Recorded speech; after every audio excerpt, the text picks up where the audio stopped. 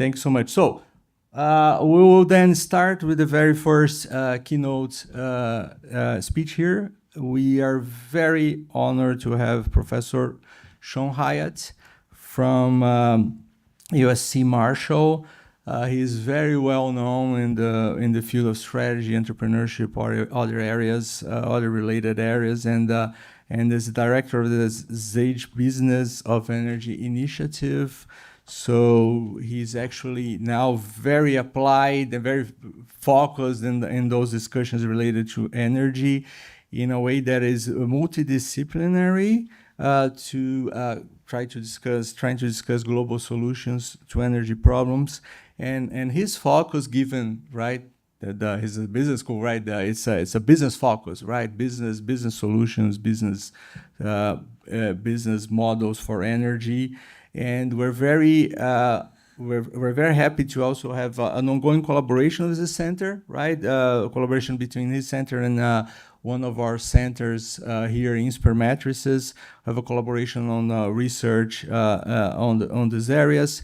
So it's a great pleasure and honor to have Professor Shon Hiatt. He was also a former faculty member of the Harvard Business School. And he's going to present this very first keynote, which is on the topic of transition to expansion, AI, and the new era of energy. So I would like to invite here Professor Shon Hiatt.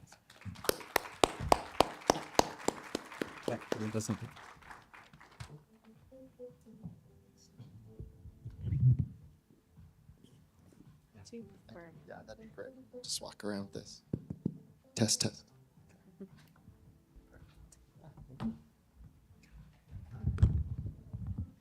Thank you, Sergio. Thank you, everyone. Obrigado pelo convite, right, for inviting me here.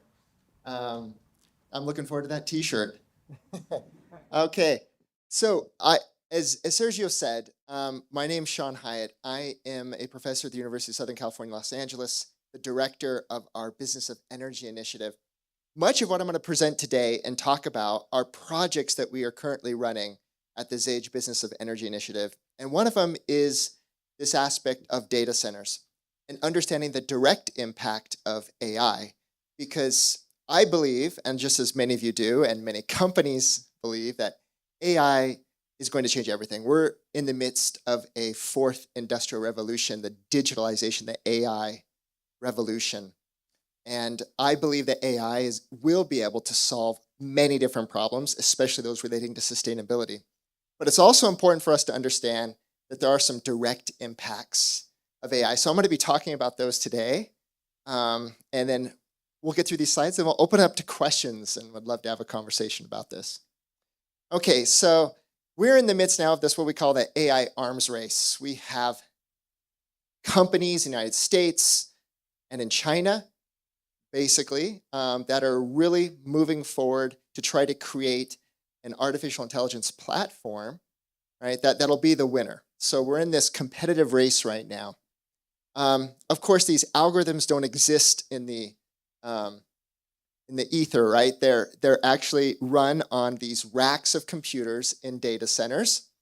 The data I'm going to be showing you today is basically data from the United States where most of this is happening, but I do have some slides where I'll talk about what does this also mean for Brazil and other countries here in Latin America. Okay, so AI and digital services, right? So the computers are running these AI algorithms. They're the fastest growing energy users globally right now to power them. In the United States, as of this June 30th, 2025, we have 3,000 data centers operating. Of those, 2,600 are what we call our hyperscalers. These are like the technology giants. I'm going to use that term when I refer to Google, Meta, Microsoft, Amazon, okay? And then we have our co-locators, and I'll talk about what they mean there. Now you're wondering, well, then what makes up those other 400? Well, a lot of them are crypto miners, right? So think about Bitcoin, right? They make up most of those, and others what we call powered shells. But this is the key thing. I'm going to come back to this later today. These planned data centers are expected to draw 69 gigawatts of power. That's about 604 terawatts. You're like, well, what does that mean, right? Just to give you an idea, the state of São Paulo last year consumed 169 terawatts of energy the entire year. So we're looking at 3.5 times of the state of São Paulo, right? Let me give you another example. State of California consumed 280 terawatts of energy, terawatt hours of energy last year, and Texas about 540 terawatt hours. So we're looking at, in the next 5 years, we basically have to create enough power for 1.25 more Texas, right? Or 3.5 times more of what power is being used in the state of São Paulo, where Professor Matos said contains 44 million people of Brazil and most of the industry in Brazil, right? Okay, so let's talk about the players here, because this is really important to understand. What are the direct impacts these data centers and AI have on sustainability? So we have the hyperscalers, which I mentioned, right? And they're the largest users and largest facilities, about 50 to 100 megawatt facilities. Then we have like what we call co-location. So these are just companies that create data centers and then they lease them out. Think of them as like real estate companies, right? And they have two different types of real estate. One is what we call the wholesale real estate, where they build a building, they put in the racks, right? Even the computers themselves, and they'll lease the entire building to a company. We'll call those wholesalers. The other ones we'll call retailers, and these where they build a data center, but instead of like leasing out the whole building, they might lease out different offices, right? These would be like they lease out the different racks to many different companies. This also affects, and I'm going to be showing and talking about this too, their strategies, right? And also their sustainability impacts. And these are like some of the major players operating in this space. Of course, we also have the crypto miners and the crypto hosts. There's been a big change recently on this. I mean, before, these were one of the biggest growers of data centers. But now with the hyperscalers coming in, it's becoming more difficult for the Bitcoin miners to actually grow. In fact, what we're seeing is that they're using their assets, their AI, their GPUs, and they're now leasing their GPUs to a lot of the hyperscalers because they can get more money now by doing that rather than mining Bitcoin. So this is man. Then it's so the big question is like, well, what does this mean for the Bitcoin currency moving forward? Well, we did see a massive drop in its price over the last week, right? Dropped about 20%. Not due so much to the mining drop, but this will affect their ability, because as the price of Bitcoin goes down, their profitability goes down dramatically. Went down by 20% over the last week and a half. So what are they going to do? They're going to lease more and sell more of their core capability, their GPUs, to hyperscalers for learning. Okay, yeah, so what happens with AI, right? Well, we've got two different things. We've got training and we have inference. Training uses the most power. This is them building up these AIs, build to answer the questions that we have. The other is inference, right? So this is what most of us do here, right? We have a question or like, create some sort of photo of like, I don't know, robots with heads of politicians or something, right? I mean, there's all these different things that people are doing with AI, and that's what we're mainly using us as the consumers, is the inference. But the hyperscalers themselves, they're training them to try to improve, right? As we saw, Gemini just came out with 3.0, that's an inference, or that's training. The training and inference we see is computation is growing massively across all different domains. So this portends additional use of AI. We're already seeing that, training's using 20 to 40%, but 67%, and that inference is growing, by the way. It was 60, 70, it's now above 70% as more people use GPUs. Who's winning this? Right, this is a big question too, like who are the ones? Well, 57% use OpenAI's ChatGPT. Now you're wondering, if you look at this, right, it doesn't add up actually to 100, it's actually over 100%. And that's because most enterprises, so companies, they use a variety. They have multiple enterprise accounts. They'll use ChatGPT as number one here, right? But then maybe they also use like Google's Gemini or Palm 2. But we're seeing right now that OpenAI is the leader, followed by Google. And I'd have to say, based on the accounts and the reviews of the Gemini 3.0, I mean, I think our Alphabet is going to give OpenAI a run for its money. All right, so this is where it gets really interesting. This is the aspect of like the energy that's needed. I don't know if we can move this curtain out a little bit so that everyone can see this. But look at this, folks. This is like the total energy demand in terawatt a year hours. Just like total energy used over years by provider type. Look at this exponential growth going on here. See here? A lot of it's being driven by the colocation and like the hyperscalers. Who's the biggest user? Well, oh, sorry. I guess I have to use this button.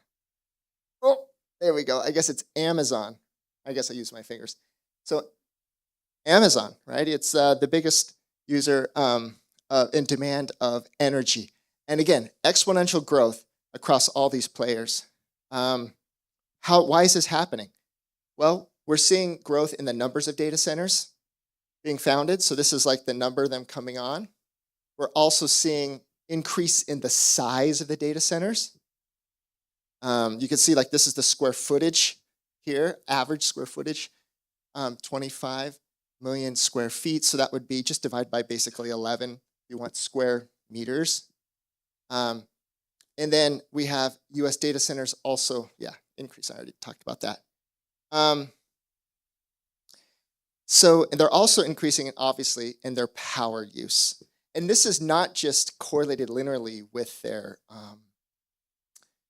size of the square footage or square meters, so their footprint, but it also depends on the degree to which they're using GPUs versus CPUs.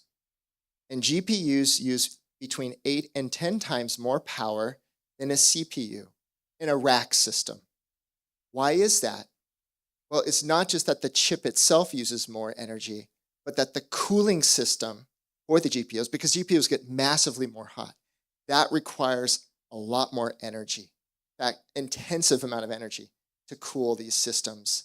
We're seeing in the AI data centers that the cooling can be up to 40% of the energy costs. So we're seeing them also using more energy. And what makes this like different than like other types of energy users? Well, one of the issues is that their demand for being on the grid and online is very important. They want to be tier 4, which is 99.995% uptime. This means that their expectations of where they're going to get their energy, how can I say this? Energy can only be off less than 1 hour a year at that rate, okay? So think about like power outages, right? They can only have across the entire year about 50 minutes of a power outage. That's what they're demanding. Why do they need that 24/7 uptime? Well, their users are global. The AI inference also runs nonstop. And the sync and backup tasks happen constantly in the background. So this is going to affect, again, their siting strategies and where they're going to get their energy. Again, and we're going to get to this point. What does this all mean for sustainability? Okay, and what do we also find? Well, for those that are using AI, they're very much price insensitive. In fact, it only makes up about 6% of their total costs. Most of the costs come in the building of the data centers, and 60 to 70% of that cost is in the GPU chips themselves. They're very expensive. Yet, and power is, of course, the biggest bottleneck of AI training. I had a video, but I didn't want to show it because I didn't know how it would work here. But there's this great interview with Satya, the CEO of Microsoft. And they just asked him, so like, what is the backlog for chips? Is this what's preventing you from building your data centers? And Satya Nadella said this. He's like, no, it's not the chips. We have enough GPU chips. The problem is we can't get power to plug into our racks. That is our biggest holdup right now for growth. We can't get enough electricity quick enough, right?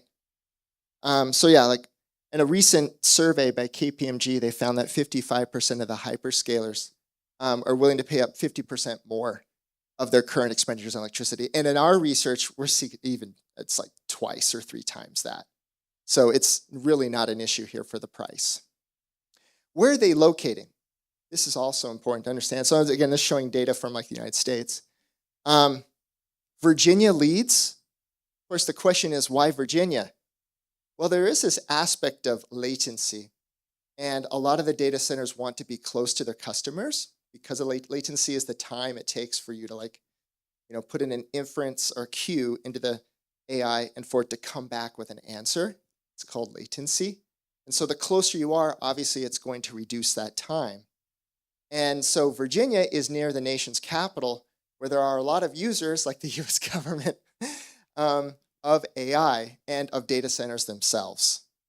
And so like Loudoun County, which is this county right here, right across, not too far from Washington, D.C., is the epicenter of data centers.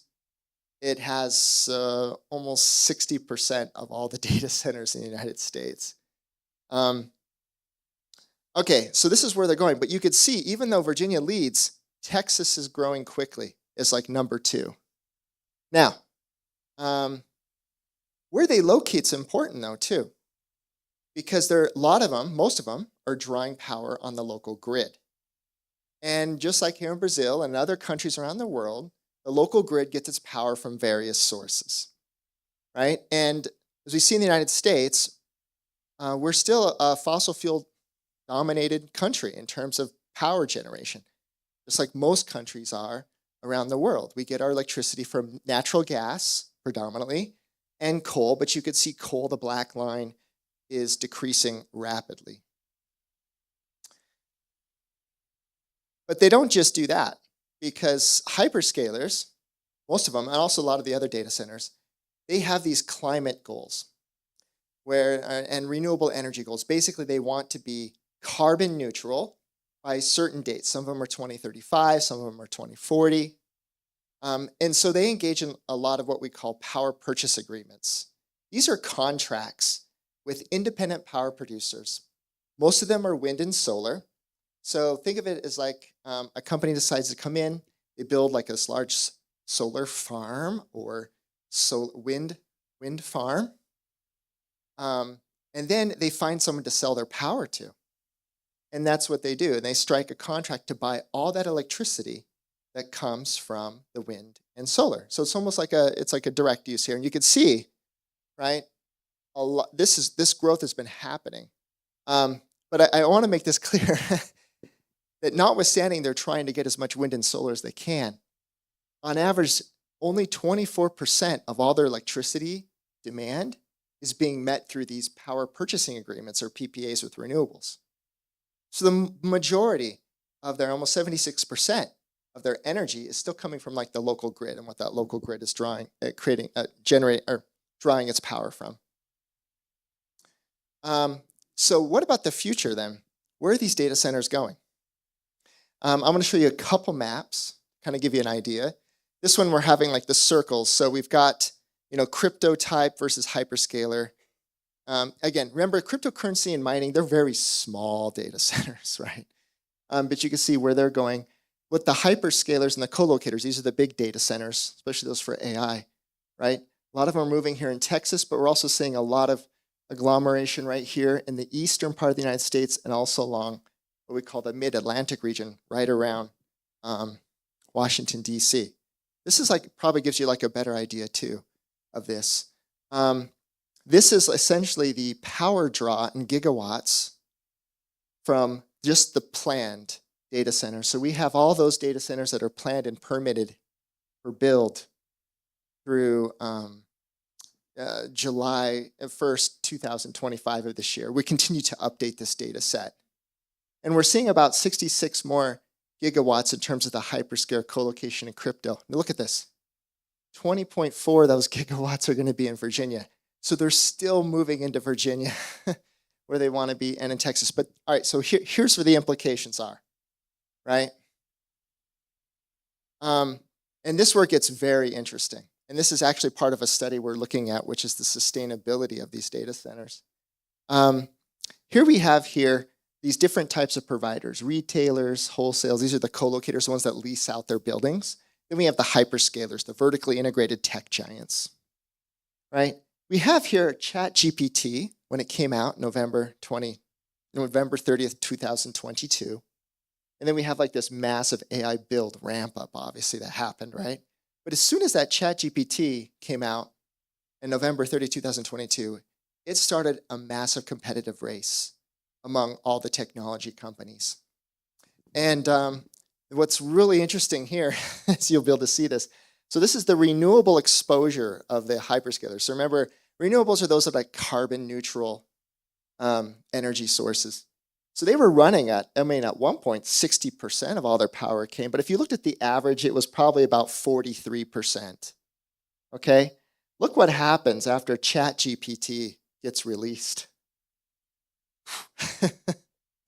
They end up dropping their renewable energy use from about 43% to an average now of about 16%. These are the same companies that have these very grandiose, carbon neutral climate goals. Okay, and let me show you some other slides that can maybe make this a little bit more apparent here. So these are like the ChatGPT, obviously the users over time. Here again, we have the launch here, and we have the build-up ramp, and these are the data center announcement builds by year. Right? And this is like another way of kind of like showing this. Those companies that have, and this is a very nice way of showing it, that have greater AI exposure, meaning they're using the GPUs in their data centers, right? Those are the ones now who are using much less renewable energy. And the question is why? Why are these companies that have like these, carbon or these strong sustainability commitments, why are they then kind of going back on this? Any thoughts? Yes.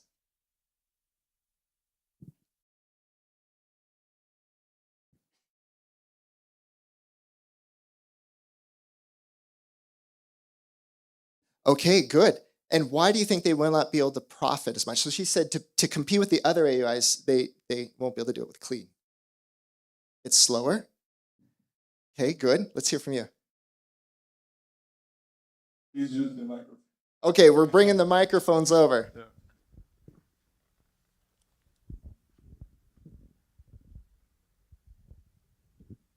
Thank you. So basically, we need higher capital expenditures to continue developing these solar farms. So given that the oil extraction is already established in Texas and other states, it might not be as popular or profitable in the long term for them. Okay. Any other comments on that? I want to dig into that profitability aspect that you guys are getting at. There is an aspect that there is a differentiator why renewables can't do it for them. This is the question, why? Yes, over here. There's right over here, please, microphone. I guess it has to do related to the intermittency of the generation. Oh, good. Could you go a little bit more, explain to everybody about that? Both, especially solar, we only generate during daylights and we don't generate at night. Yes, so she's getting at the intermittency aspect of a lot of these renewables, which is an important aspect. Do you remember the slide I showed you? How, for a second, okay, so there's no feedback. Remember the slide I showed you where they needed 99.995% uptime? They can only be down for less than an hour. If the wind doesn't blow all the time, or if the sun's not up all the time, right, these are not going to give them that power that they need. So this is a major factor, is that intermittency. Yes? When you're talking about solar and also wind, we're not talking about the nuclear non-proliferation of nuclear energy that many countries nowadays use. The best example is Israel. And also when we are talking about the solar panels, when we are not talking about what will happen after 30 years, because their expiration is 30 years. These all are, don't you think that they are all problems? And I was observing all the slides, and we are not talking about the electric cars because nowadays we are observing that many countries, they are electrifying their transportation. don't you think these things that have something to also see with the using of energy? Thank you. Oh, wow, thank you. A very good point. There is greater demand for electricity. That was one point. And I'm going to talk about the nuclear in a second. We're going to come back to that because I think that is a possible solution as we move forward here, but not at this moment. So again, all of you have made excellent points, and I also want to come back to electrification. There is now a constrained resource here in the world globally. And this is why the presentation of my talk was from transition to expansion. Before we talked about energy transition, folks, you don't hear this word used anymore among the business leaders in the United States. It doesn't matter what industry they're in. The people I'm talking to now, the only thing they talk about is we just need energy, and we need it at some sort of lower price that we can actually compete. Because when you have this massive amount of demand who are price insensitive, they're going to be taking all the energy that they can get. And they're going to take it from baseload energy sources, which are mainly, they're either nuclear, or it's large hydropower, or geothermal, that's baseload, meaning it could run all the time, or it's thermal, like coal or natural gas, or oil, or petroleum, okay? And that's what we're seeing. So that's our first issue we have to talk about, right, is that these hyperscalers, they're going for that baseload energy wherever they can get it, and it's going to be more carbon intensive because that's just the nature of it. That's the physics right now. What's another issue we have to talk about? This is a big factor. It's water stress. So unlike CPU data centers that can be air cooled, right? Like through an air conditioning unit like we have here in this building. The GPU data centers use water cooling, very similar to an internal combustion engine that has a radiator and the water runs through the engine to cool it. That's exactly how these work. They have racks and they have small water tubes that run through the racks and around the chips. Now, that water, most of it is recycled, but it turns out to lower the energy costs, they also use evaporating water to cool that water. And so they use tremendous amount of water. In fact, under existing technology, right? You've probably read this on one of those GitHubs, but they've got these great GitHubs analyses where, like, if I just did a queue in ChatGPT and said, I want you to figure out or do like a literature review of like all the papers published in the Academy Management Journal that talked about business sustainability for, I don't know, data centers or something. That queue alone is going to use 1 liter of water. Okay, I just took a liter of water and just kind of dumped it for that queue, for that response. That's how much water is being used for these AI data centers. Okay, tremendous amount of water. And now look at this. This is what's super interesting. Now, what does this mean for the data centers, at least in the United States, right? Well, they're using about 2 million liters per day.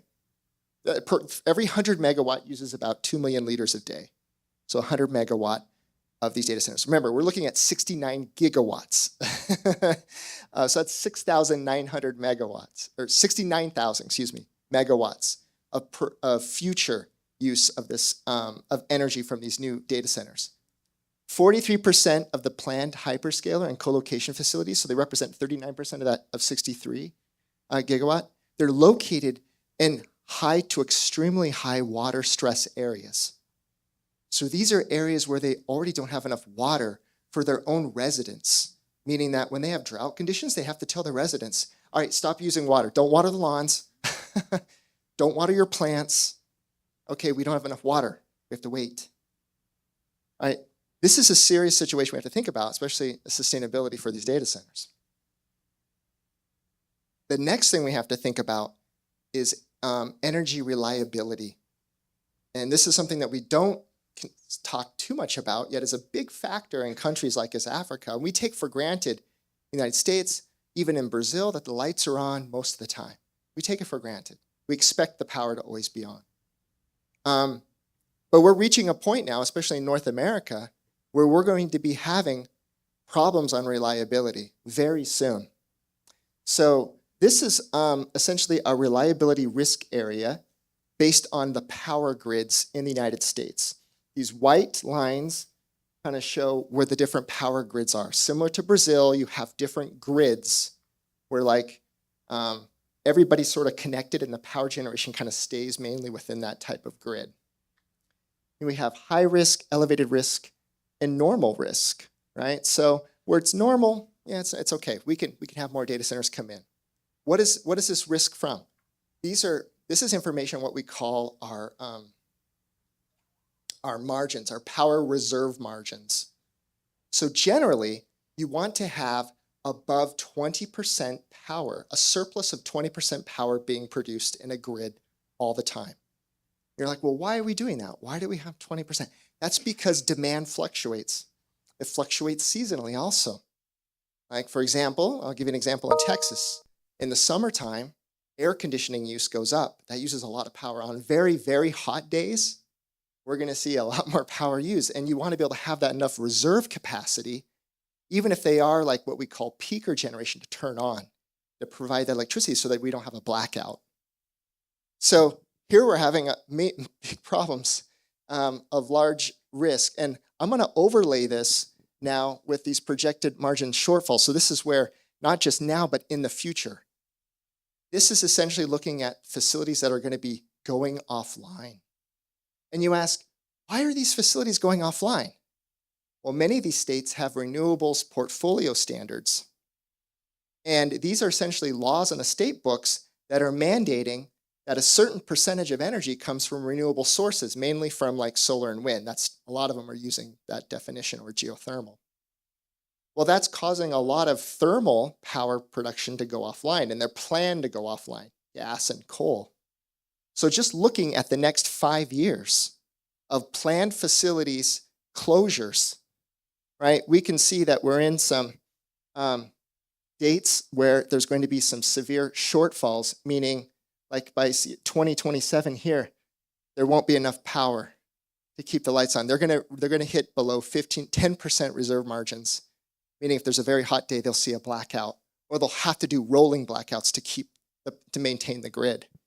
So this is another problem we have to think about. These are massive energy generation users. Let me give you an idea for this. Well, hold on. Let me go to the next slide. Because this is where it all kind of starts coming together.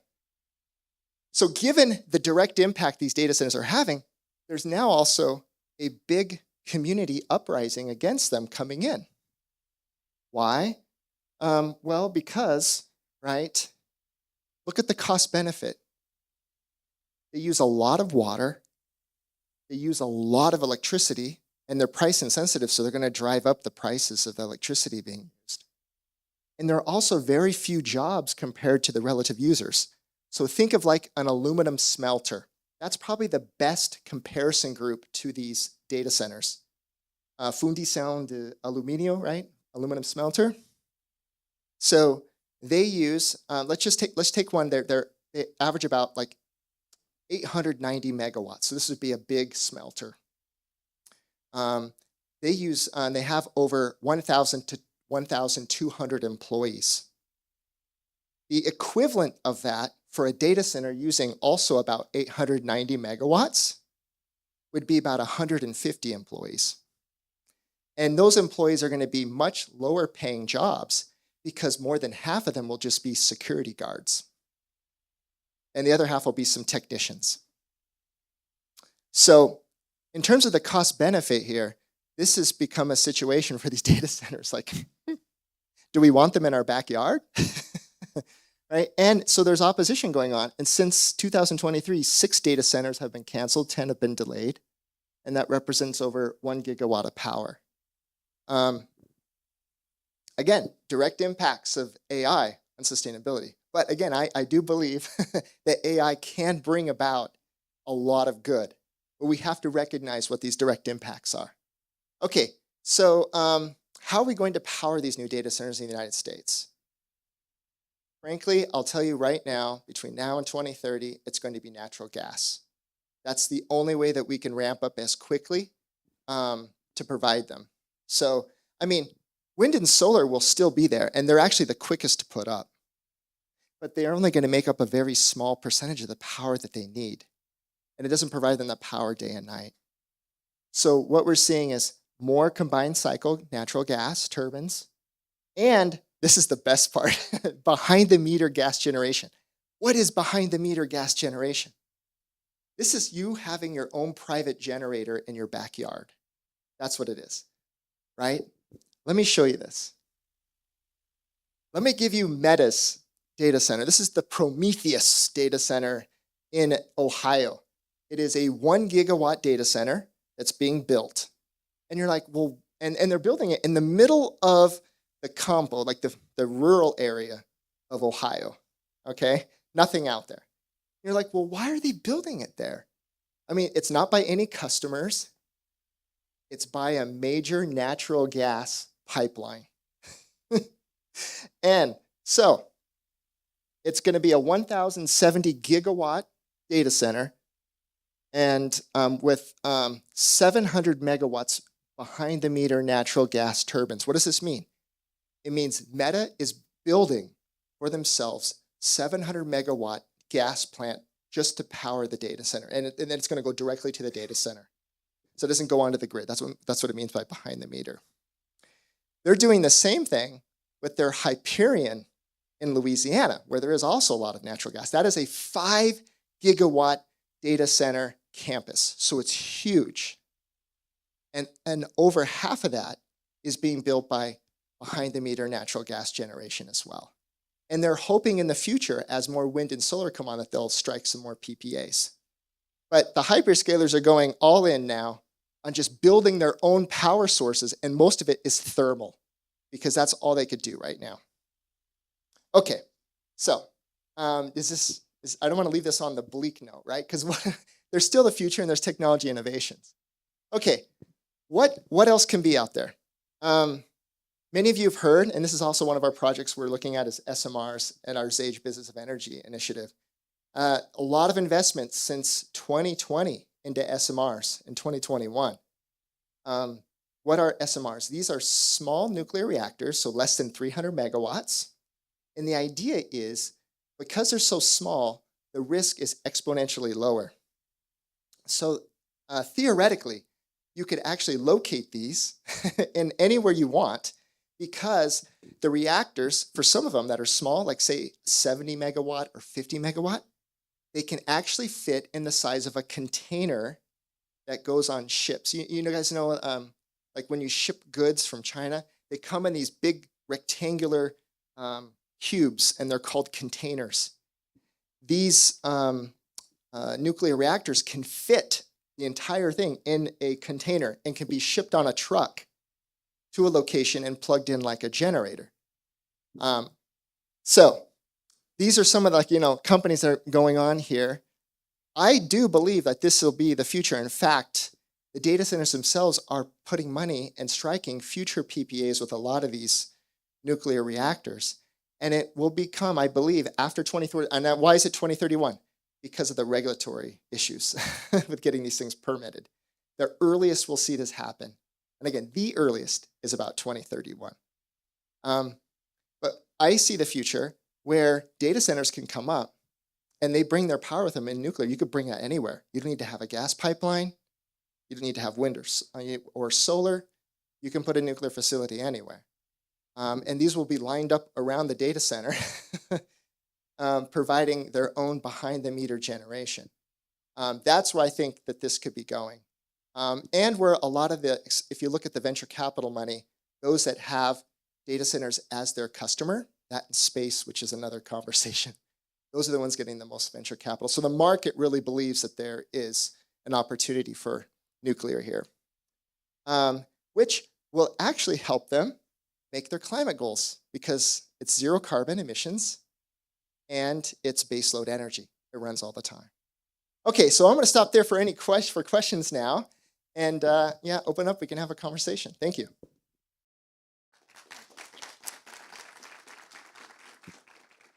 Okay, yes, here. Let's see, Suraj. For me, because I think it's not working, but I think good voice. Everyone can hear me, even without microphone. It was really interesting for me because I did a lot of research on sustainability, and also recently I did research on Antarctica, which is place for to, because when we are talking about water issue, we are talking about the cooling issue, because a lot of machine needs water in order to make their machine cold. What do you think that if we are using the offshoring of sending these industries to Siberia or to the south, to Antarctica? Because a lot of countries, they can use, like Russia, nowadays, we don't know what they are doing in Antarctica. If they I feel that they already send their data centers to Antarctica, what do you think about the future problem? Because we will face a global warming every day, and if they are trying to offshoring all these companies, all these centers to Antarctica, Siberia, how do you see the future of the world? And Yeah, that's good. I like that. So let's answer this in a way. So, and I like where you're going with this. What do data centers need? mostly electricity. So they need electricity. Do they have electricity in Siberia? We are talking about the machines that we can fit in one container. And Oh, they can nuclear. use Take nuclear to Siberia. Okay. And because if we transfer these machines by containers, I think that the United Kingdom can send it by Malvinas, las Islas Malvinas, to Antarctica. Nobody knows what they're doing. The China, we're talking about many centers that China are doing something in Antarctica and nobody knows because it's not accessible to everybody and to researchers to go there and check what they are doing. And we are observing that every day we are developing a lot, and now we are talking about the machines that can fit in one containers. It was when we are talking about the computer, and in 1990 it was like same as now that we are observing with the nuclear that can That's fit. good. That's good. Okay. What else do they need? Water. We are Water. talking Okay. about. What else? I think that There's one more thing that they need that's super critical. it's like a cable connection. Yes. They need to have fiber optic cable connection. Do they have that in Antarctica? But we are talking about the satellites nowadays. We are So observing maybe the that's Starlinks of Starlink. Elon Musk. We can provide internet to every part of Yeah. the world. I mean, if you're already going to be in Antarctica, I guess you don't really care about the latency anyway, right? So, I mean, what's a few more minutes with Starlink? In right? Siberia as well, in the north. In Siberia, Russia can do But I whatever like they what you're want. thinking, and actually, we're actually seeing that. So let me let's move on this, because this is, what does this mean for other countries? I'm going to talk here a little about Brazil, since we are here in Brazil. Brazil, obviously, largest country in South America, which makes sense why I would have the most data centers. Now, mind you, the data centers here are very small, right? They're about 100 square meters or 200 square meters. No. Is that right? Am I doing this right in my calculation? No, sorry, 1,000 square meters, 2,000 square meters, up to about 5,000 square meters. So they're very small, or 50,000 square feet. They're very small data centers here. Here's, and I can do this. Brazil has a lot of renewable energy, a lot of it from hydropower, right? And wind and solar up in the north. So I think that looks very, very promising for them.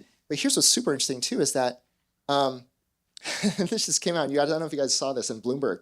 But ByteDance, which is one of the big, it's the owner of TikTok, right? They just announced a $38 billion US data center project in Peseng, which is the northeastern state of Ceará. The reason they want to go to Peseng is that Peseng is right where a major submarine telecommunications fiber optic cables connect both to Europe and to North America.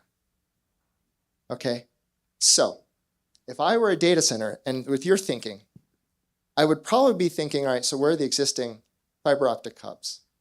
Where are they connecting to? And then I'd optimize on that whole thing. I need the data, I need the electricity. Oh, and by the way, I'm a hyperscaler, so I want renewable energy if I can get that as well.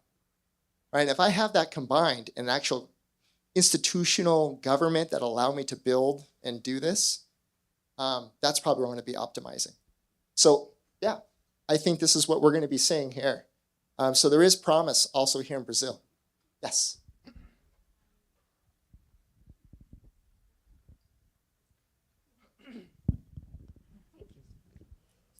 Hi, I'm Laura. I'm actually want to know your perspectives about outer space data center. I saw that Google has launched in November their project Suncatcher, and I know they have a lot of challenges, especially with space debris. But I was wondering if that maybe would be a more sustainable solution, or yeah, I just wanted to know your perspectives about that. Yes, I mean, that is another thing that they've talked about is put them into space. And I think it is a possibility, especially as the price of transporting goods to space gets lower. There are three things to think about is like at what, you can say like elevation, right? Or what orbit is it going to be from the Earth, right? Is it going to be stationary or is it going to be like orbiting with the Earth or not, right? Because like if it's the closer you get to the Earth, the more these things have to orbit in order to maintain their distance. And then we have to make sure that we could do this in a way that it reduces the potential damage. They're very expensive, right? And there's big, I don't know if you know this, but you could look this up. But at certain orbits of the Earth, we're getting a lot of space junk, right? And this presents actually a tremendous risk to our existing satellite constellations and also like the lower orbital ones that Elon Musk is launching. So they'll have to take that all into account. I think it's a possibility. And frankly, solar is one aspect to do it. But again, this is why I think the small nuclear for space is also another possibility. And the hyperscalers also thinking about using that, this small nuclear reactors to power them. Yeah.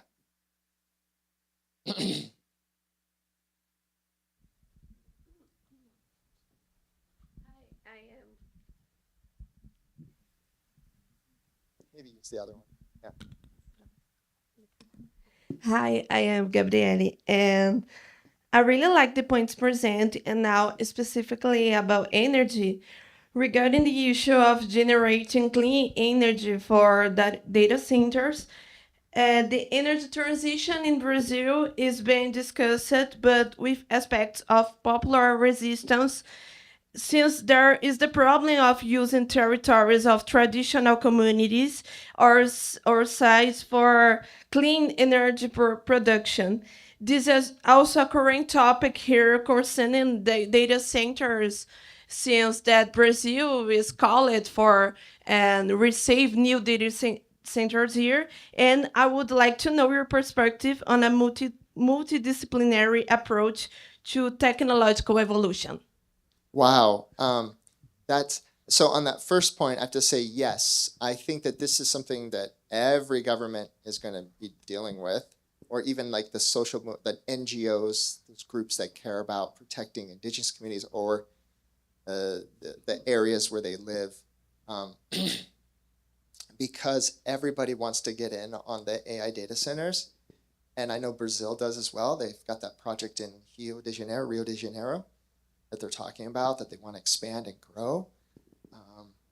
So if I were to put my money on things, I would say, I think the data centers are going to be able to do what they want, the hyperscalers, because, and there's a geopolitical aspect to this as well. And I think we all need to recognize this.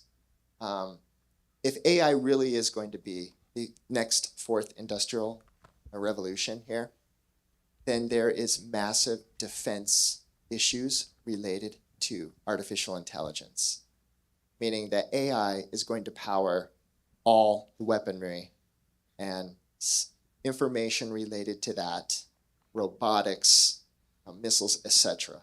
And so those with the most powerful AI will be those who will also have the most powerful militaries. And this is very important for all of us to think about, that geopolitical aspect. And so this is why every country wants to get in on this, including Brazil. All right, beyond just, hey, we want to be part of the AI revolution. And it is, it's gonna benefit everybody, right? But on that, yeah, evolution aspect, I think that's, I think there are other people here who will be talking about it in this conference. And I'm not prepared, so I'm not gonna go there, but I'm gonna, like Caroline Flammer has something on a biodiversity later today. So we can ask her that question. Hi, I'm here. Hello, this is Julia from Turkey. Thank you for your presentation. I am a pharmacist, so I have a different question. You showed some graphics about the state status. For example, Texas will increase. And you also mentioned about the waste heat water consumption. Here is my question. What are your thoughts on the impacts of increased energy and water consumption, waste heat and emission from AI data center in carbon intensive region like Texas on local public health? How should the risk of the concentration this burden in low income communities be managed? Thank you for bringing that up. And the two biggest issues that these data centers are going to have the immediate impact on those who live there are going to be, well, there's three. We haven't talked about the third, which is the sound. So they actually have the large data centers, because of all the cooling, they're very loud.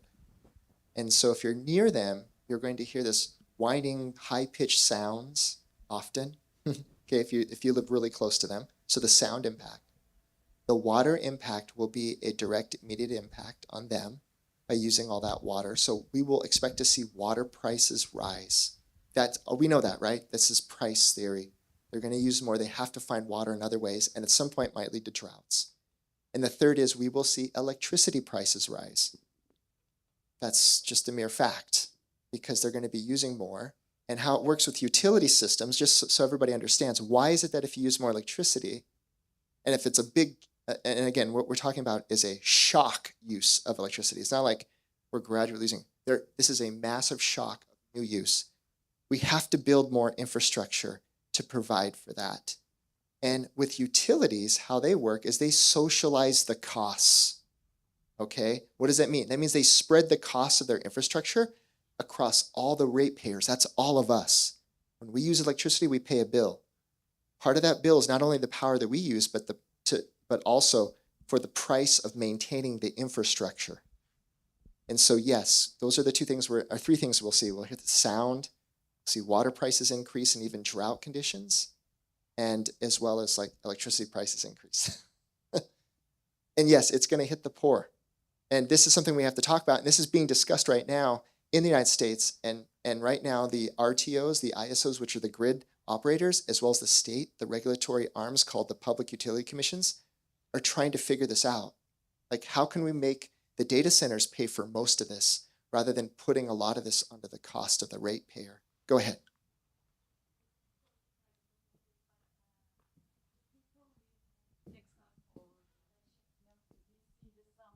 Data center located especially some area, for example, Washington, Texas. The people live there, and we will face to some health problems. Oh, yeah. How can they manage? Or people have to leave their home? No, they can't. No. And it will be more money, that means. But the government and company, how they will manage these health problems? That is a good question, and something they have to manage. The other thing is the air quality aspects, because even though natural gas is very clean when you burn it, most of this is natural gas, there is like nitrous oxide, because when you combust to something very hot, right, you create a lot of nitrous oxide, which can have like health issues as you breathe that in. And so, yeah, there can be an increase at the local level of nitrous oxide in the air. Yeah, and it's true. We're going to see it, and I don't have a solution. And I think that this is something that the local governments and then like the NGOs are going to have to advocate on their behalfs. In my country, we see some asthma and lung cancer for this area, like the gas station and the other energy problems, especially the Black Sea region. So when the people came with lung cancer, I know as a pharmacist, he's from the Black Sea. Interesting. So we will see lots of disease because of your mentions problem, such as heads and water and for the air. If the government and the firm uh, they have to do something about the public health. Yes, we are thinking about money and the future, but the first thing is human, and we forget all, I think. Thank you. Yeah. And you know, who knows? AI, like I said, in the future might be able to solve some of these problems, but not now. But I do believe that AI might be able to. Any other questions or comments? We have 2 more minutes. Yes, over here. So first of all, thank you for the lecture. I'm Lorenzo Yes. here from Brazil. Huh? And I have 2 questions. I'll do one, and hopefully the microphone can come back to me later.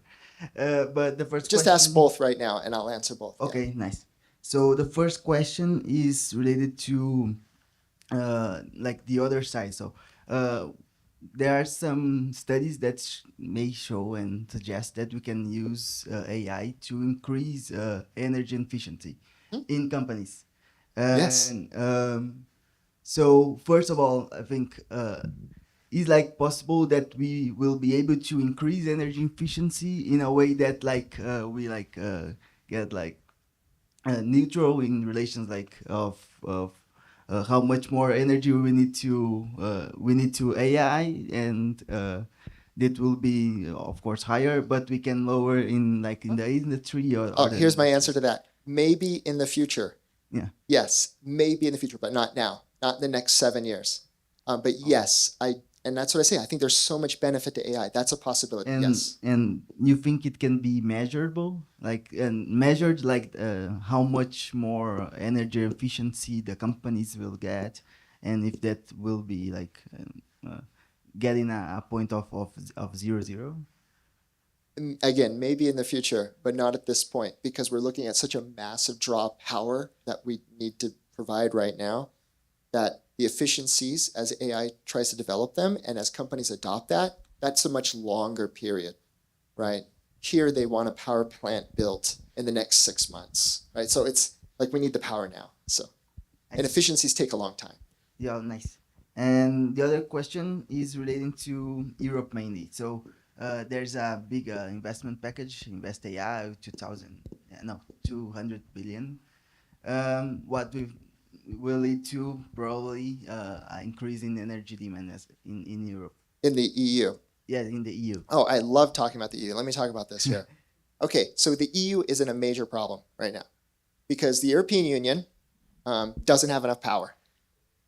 So even though they want to do this and invest in this, there are only a couple regions where they might build this. Norway is one, where they have tremendous amount of hydropower and surplus hydropower that they sell to other states, countries in the EU, because they don't have enough, right? And it's a possibility of France, but again, France is exporting power.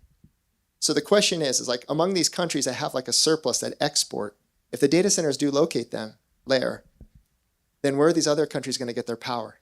Because they've cut off cheap Russian natural gas. Germany's turned back to coal power, and a lot of the Nordic they don't have any other power sources because some of them have turned against nuclear, right? What does that leave? That leaves you only wind and solar to power your entire country, right? And there's some sort of problems with that, Yeah, so as we know. That will be my question, like relating to like probably they would need gas, and they're like cut their main provider of gas is Russia. That's right. So like It's really just France and Norway. Yes, Those are the ones that have the natural resources right now with the nuclear fleet, and as well as like their massive amount of hydropower that have the surplus power that these data centers are probably going to go to. yeah, I would ask like how can like the surrounding countries benefit for them. For example, Uzbekistan that are able to provide them with natural gas as well. Some places in Africa. Like, you think that that's will true. will like be a big change like in the providers of the EU, and like how they will need some other places, other countries to provide them with natural gas. Oh, in terms of natural gas, yeah. So now we're just talking about energy and natural gas. Yeah, so right now, Europe needs to kind of figure out what do they want to power their grid. Right now, they're still, and again, this is like their goals, right? To be carbon neutral, which means that they're not going to use natural gas or coal, but they're still using coal in a lot of these countries, and petroleum products. And so it has led to very high prices and also some like power problems, meaning that they're not producing enough power what they need. So we'll have to see how this turns out for Europe. But in terms of like what I foresee in terms of data center build out in Europe, I see only really 2 countries that have enough power. But the implications are, as they use that surplus power in these 2 countries, the other countries are going to be worse off because they're buying the surplus power, France and Norway. And if they no longer export that carbon neutral energy, where are they going to get it from, right? This is going to present a big problem for those other adjacent countries in the EU. We have one. Hi, my name is Maria Cristina. I'm originally from Portugal, but doing PhD at Manchester University in the UK. Too many questions to ask in one way. I'm concerned with the fact that currently there is a lot of political uncertainty, political lack of collaboration between all countries, and I'm not going to be the first one to throw the stone. So that I could see a major problem there if we're talking about global collaboration of, we're talking using areas that belong or are managed by different countries, and there's political issues. So that's one concern of mine. In terms of using the renewable energies like solar and wind, I know there's power outages, but what about these big companies who have lots of money investing on getting domestic users to invest to have the solar benefit? I have solar benefit at home, and we only need it during the day. We need the sun, and the sun shines during the day, and that's fine. I don't need to use it 24/7. So what about these big companies investing with their governments so that domestic users could benefit from the solar, and many of them cannot afford to have the solar installed, so that then the companies could then use the grid, because if there's less domestic users, I saw in one of your pictures some kind of use equated to 6,500 homes. So you just do a swap round. It takes money, but perhaps less money than it would to go all the way across the world. I'm worried about the Antarctica, global warming. We've all saw the films. I know they're fiction, but the environmentalists, they're not scaremongers. They do know what they're talking about. And what do they say about this? Okay, I so can see a lot of grand challenges. How would you solve the grand challenge? I mean, there's issues with housing in São Paulo. There's lots of initiatives with housing, but it's still a problem that is difficult to solve. That's right. So let me answer those 2 questions real quick. I got 3 more minutes on this. So I don't want to hoard, but it's just things that are going around my mind that affect the issue. These are actually really big challenges. I would have to say, and most business people will say the same thing, globalization peaked in the year 2016. Okay, when we thought about like what we think about free trade, right? That peaked in 2016, and it's been on declining slope ever since. And I don't see it ever coming back. Now there is a correlation also with globalization, trade, and collaboration. So again, we're seeing that also go down. So that increases the challenge. I don't see it changing in the near term, not the way things are going. Especially as AI is seen as an arms race. Every country now wants to have the companies dominating AI because that's going to give them a competitive advantage in business across all fields as well as militarily. All right. So, and then the second one, which is, well, why don't you have them come in and invest in energy project? Well, a lot of the states in the United States are doing that right now. In fact, they say, if you want to come in here, you have to bring your own generation. In fact, that's what Texas did about a year ago. They told the data centers, you cannot come to our state without bringing your own generation. Of course, Texas is agnostic. They don't care what type of energy source. They're just like, you have to bring it because we don't want you to put that cost onto all the ratepayers. Of course, there will be a small cost increase for some infrastructure, but at least for building new generation, Texas said, you have to do it. Bring it yourself. So, I mean, that could be also perhaps a way forward in some of these countries, right? If you're going to come, bring your own generation. All right, time out. So I would like to thank Professor Shon Hiatt for the excellent presentation. That Thank you, was great. everyone. Thank you so much. Thank you. Thank you, Shon. I think we have so many. I myself had questions. So anyway, it's based on the questions from you, the audience. It's another example of a big problem, wicked problem that requires systemic thinking, right? Because governments, companies are making those decisions more or less individually without taking into account all those externalities or effects. Anyway, we're going to have other opportunities to discuss this in the event, hopefully. So thank you so much.